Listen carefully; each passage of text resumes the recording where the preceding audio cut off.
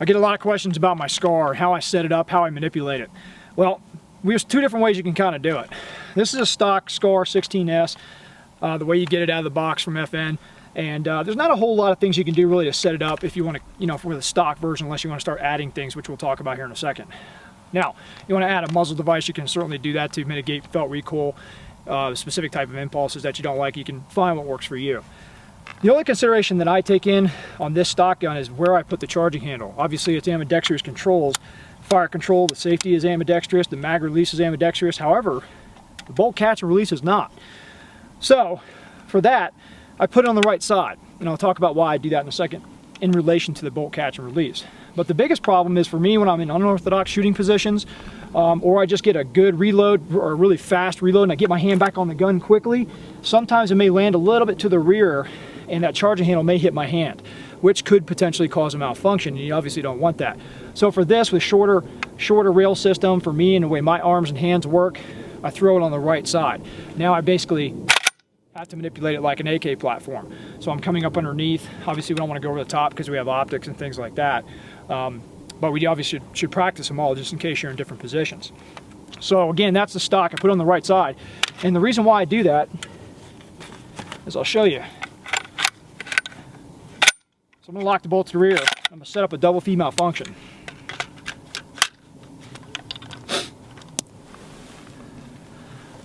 Hands are cold. All right, here we go. So there's my classic double feed, right? Now, when I fire, I identify, because I have a mushy trigger all of a sudden, I need to know why. So what do? I problem solve. I identify quickly and I can see right there the double feed malfunction.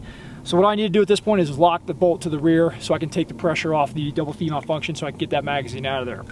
The problem here, with it being on the right side now, is I have to go back into almost a standard traditional AR manual of arms by charging, locking it to the rear, and using my thumb on the bolt catch here.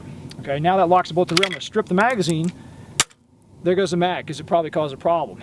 Now, at this point, I saw both rounds come out, so big boy rule says I'm going to quickly verify, gas it up, and go.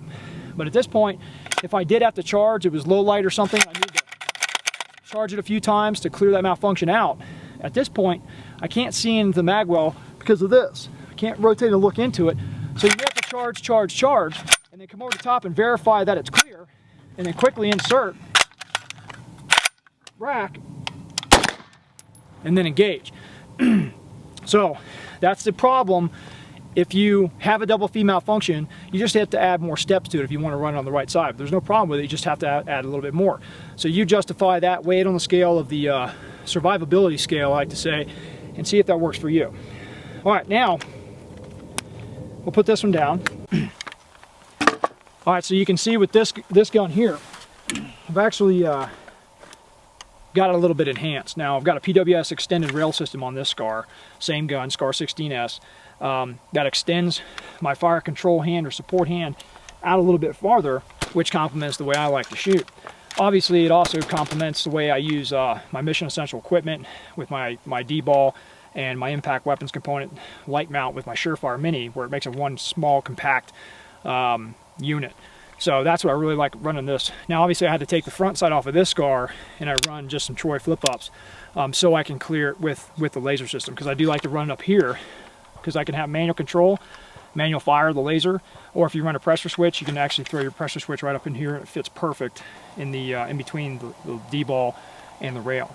And of course, if you want to run a SR switch from Surefire or something, it's kind of a perfect position because you have all your control right here and your hand doesn't have to move around the gun to manipulate those mission essential items.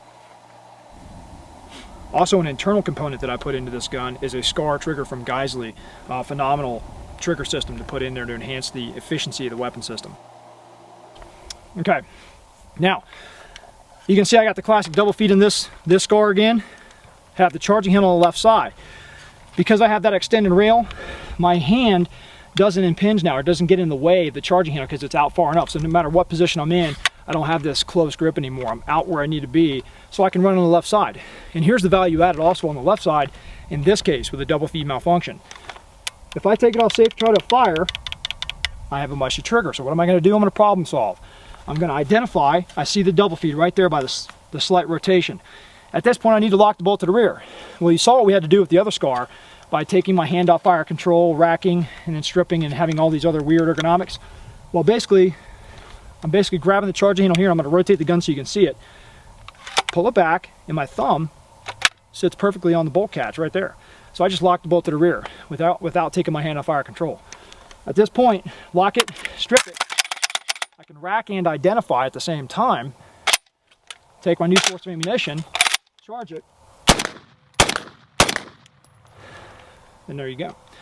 So that's why I run charging handle either on the left side or on the right side in the stock case, because I have to because of hand manipulation. So if a rail system helps you out, which it certainly does for me, plus it gives me that added value for all my mission essential equipment, and it makes it one nice light tight package, and that's the way to go.